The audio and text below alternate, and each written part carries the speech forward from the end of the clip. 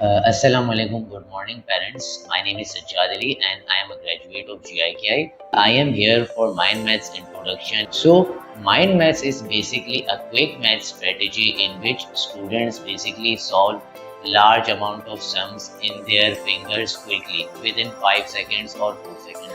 Assalamualaikum parents. This is Sayyid Arif Ali and I am engineering student from Satya University of Engineering and Technology.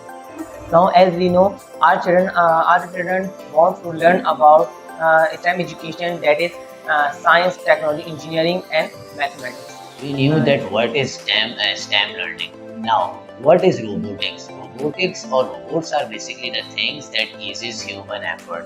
So, basically, students in robotics session will build different robots, will use their mind, will try to program it, and we will help them learn the software interface so that they can use their logical thinking and build different robots. There will be different robots in video which will be gyroscope, they will build frog, they will build sports car, and like this they will be very excited for the robotics session and they will learn different things. And which is the best part for robotics, that they will be excited enough and use their logical thinking to learn different robotics technologies. And these are the things that basically nurture their mind in order to learn different technologies.